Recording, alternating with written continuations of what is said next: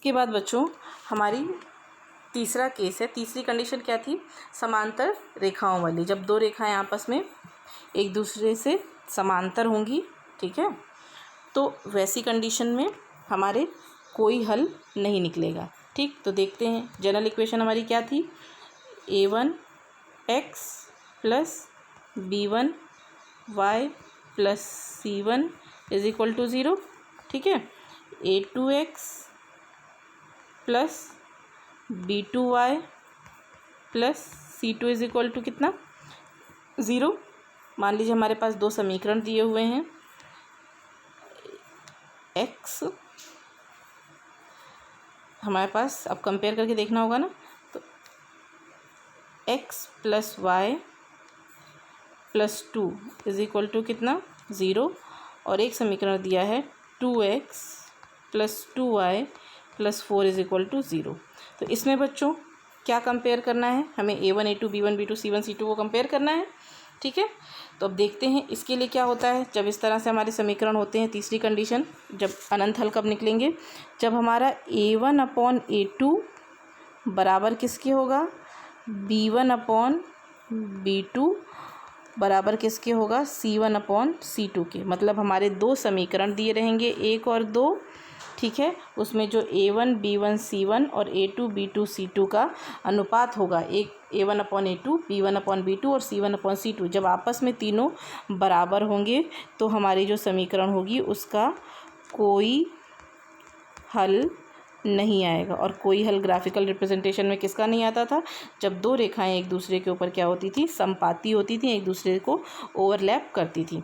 ठीक है, तो ये जो हमने दो इक्वेशन लिखी है उसको रख के देख लेते हैं मान कि क्या ऐसा पॉसिबल है हमारे लिए। तो ये हमारा है x plus Y plus 2 is equal to 0, ये समीकरण 1 है। दूसरा समीकरण कितना है? 2x plus 2y plus 4 is equal to 0। ठीक, इसमें अगर हम देखें तो a1 की जगह पे हमारे पास 1 है, क्योंकि x के आगे कुछ नहीं है तो 1 माना जाएगा, y के आगे भी कुछ नहीं है तो भी 1 माना जाएगा। ठीक है, और b1 की जगह कितना है? 1, c1 की जगह कितना है? 2। इसी तरह से a2 की जगह कितना है? 2, b2 की जगह कितना है? 2, a2 की जगह 2, b2 की जगह 2, और c2 की प्लेस पे भी हमारे पास कितना है? ये 4 है।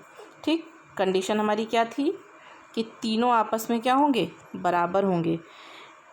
a1 upon a2, b1 upon b2 और c1 अपॉन c2, तीनों आपस में क्या होंगे? बराबर होंगे। देख लेते हैं, a1 का मान 1 है बटे b1 का मान 2 है, सॉरी a2 का मान 2 है, b1 का मान 1 है अपॉन में b2 का मान ये वाला 2, c1 का मान हमारे पास कितना दिया हुआ है? 2, और c2 का मान कितना है? 4। ये तो दोनों हमारे बराबर हैं, इसको हम लोग सॉल्व कर लेते हैं। 1/2 इसका भी आ जाएगा, 2 1 कम 2, 2 दूनी 4, 1/2 ये भी हो जाएगा। तो हमने क्या देखा कि हमारा जो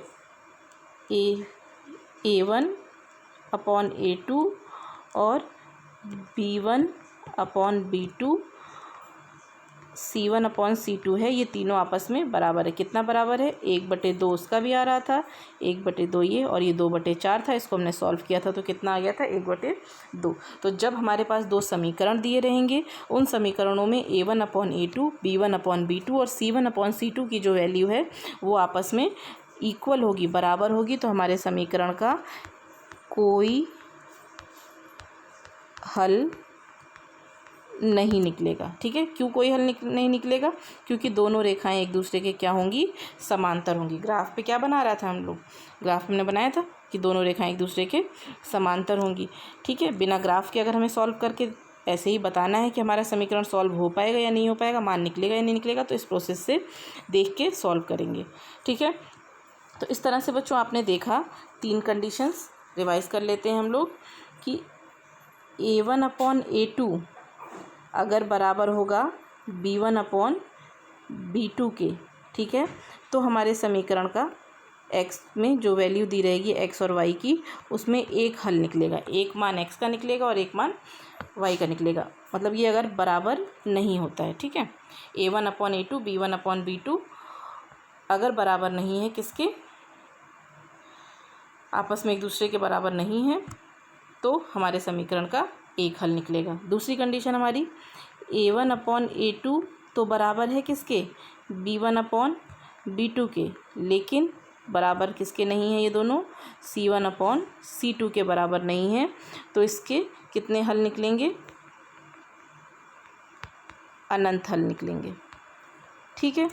तीसरी कंडीशन बच्चों हमारी क्या थी, तीसरी कंडीशन हमारी थी कि अगर A1/A2 और B1/B2 और C1/C2 तीनों आपस में बराबर होंगे तो कोई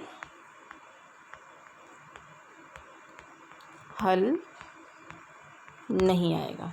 ठीक है, ये तीन हमारी कंडीशन थी जिसको हम लोग समीकरण को देख के सॉल्व करके पता कर सकते हैं कि हमारे समीकरण में कितने हल आएंगे।